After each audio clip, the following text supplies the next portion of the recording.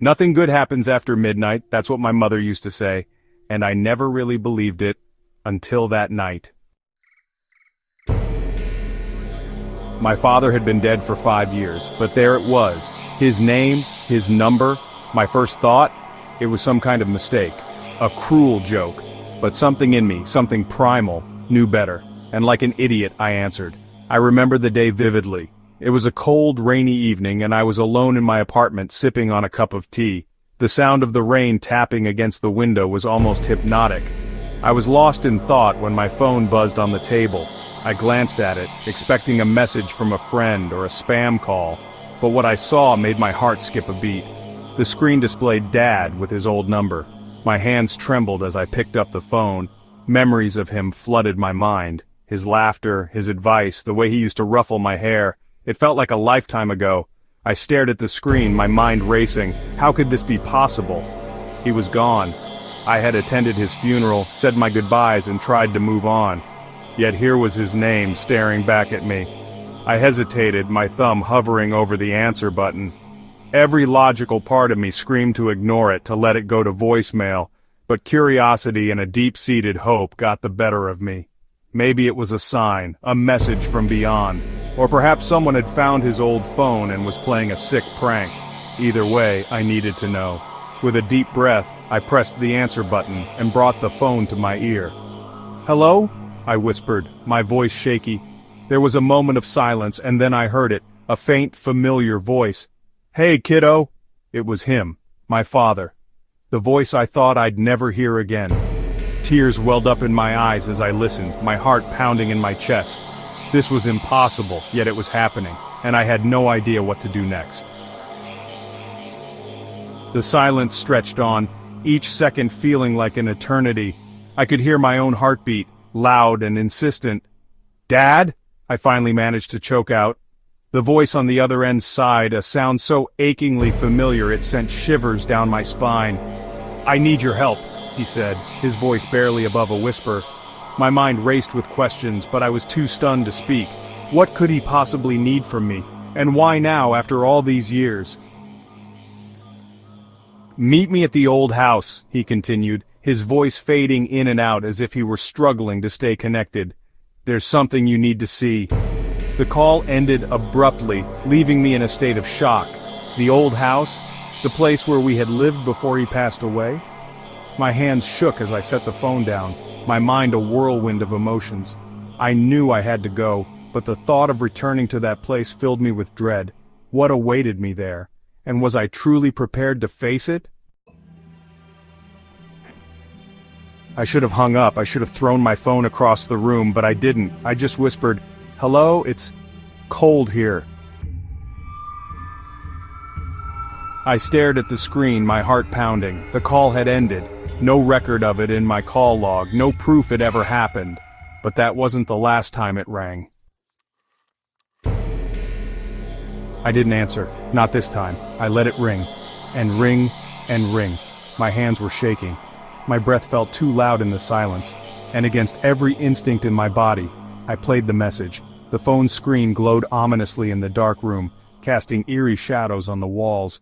Each ring seemed to echo louder than the last, reverberating through the stillness. I could feel my heart pounding in my chest, each beat a reminder of the fear that gripped me. I stared at the phone, paralyzed by indecision. Who could be calling at this hour? What could they possibly want? The question swirled in my mind, but I couldn't bring myself to pick up. The unknown was terrifying, and the thought of hearing the voice on the other end sent chills down my spine. As the phone continued to ring, I felt a cold sweat break out on my forehead. My fingers twitched, hovering over the screen, but I couldn't make myself answer. Instead, I let it ring, hoping that whoever it was would give up and leave me in peace. But the ringing persisted, relentless and unyielding. It was as if the caller knew I was there, knew I was listening, and was determined to reach me. My resolve wavered, and I felt a surge of panic. What if it was an emergency? What if someone needed my help? Finally, the ringing stopped, and the silence that followed was deafening. I took a deep breath, trying to steady my nerves. Then, with trembling hands, I reached for the phone and played the message. The voice that came through was distorted, almost unrecognizable, but the words were clear, and they changed everything. "You can't hide forever," the voice hissed. "We know where you are." My blood ran cold. The message ended abruptly, leaving me in a state of shock. I dropped the phone, my mind racing with fear and confusion. What had I gotten myself into?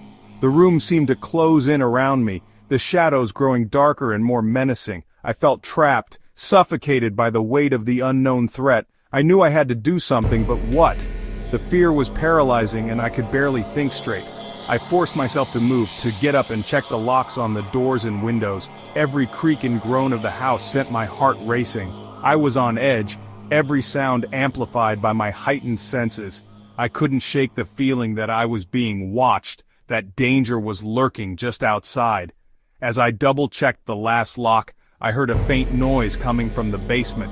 My heart skipped a beat. I knew I had to investigate, but the thought of going down there alone was terrifying. I grabbed a flashlight and steeled myself for whatever I might find. The descent into the darkness felt like a journey into the unknown, each step echoing with dread. "I see you." My blood ran cold. The voice wasn't just distorted, it was wrong, twisted, familiar but stretched into something inhuman. I didn't delete it, but something or someone did. I couldn't sleep, I couldn't think. And then at exactly 3:33 in the morning, the phone rang one last time. This time, I didn't even breathe. I just stared at it, waiting, dreading. I knew I shouldn't, but I had to. I had to know what it wanted. "You need to wake up." And then, the power went out. There was something standing in the corner. I couldn't see it, but I could feel it. And then my phone lit up. One final message. "I'm not alone, neither are you. No." I woke up on the floor. No memory of falling asleep. No memory of what happened after that last message. But I know what I heard. I know what I saw. And I know it wasn't a dream. The room was eerily silent. The kind of silence that makes your skin crawl. The only sound was the faint ticking of the clock, each second echoing like a distant drumbeat. I tried to piece together the fragments of my memory, but it was like trying to catch smoke with my bare hands. The last thing I remembered was the message. It was cryptic, almost nonsensical, but it had a weight to it that I couldn't ignore. "They are coming," it had said. Who were they? And why were they coming for me? I glanced around the room, my eyes adjusting to the dim light. Shadows danced on the walls, creating shapes that seemed almost alive. My phone lay on the floor, its screen cracked, the last message still open. I reached out to touch it, my hand trembling. The air felt thick, almost suffocating, as if the room itself was holding its breath. I knew I had to get up, to move, but my body felt like it was made of lead. And then, I heard it. A whisper, so faint it was almost imperceptible, but it sent a chill down my spine. "Wake up," it said. "Wake up before it's too late." My heart pounded in my chest as I struggled to rise. The whisper grew louder, more insistent. "Wake up!" it demanded. I felt a cold hand brush against my cheek, and I gasped, my breath visible in the frigid air. I finally managed to stand, my legs shaking. The room seemed to close in around me, the shadows growing darker, more menacing. I knew I had to leave, to escape whatever was lurking in the corners. But as I took a step forward, the whisper turned into a scream. "Wake up!" The scream echoed in my mind, reverberating through my very soul. I stumbled towards the door, my vision blurring. The room seemed to twist and warp, the walls closing in.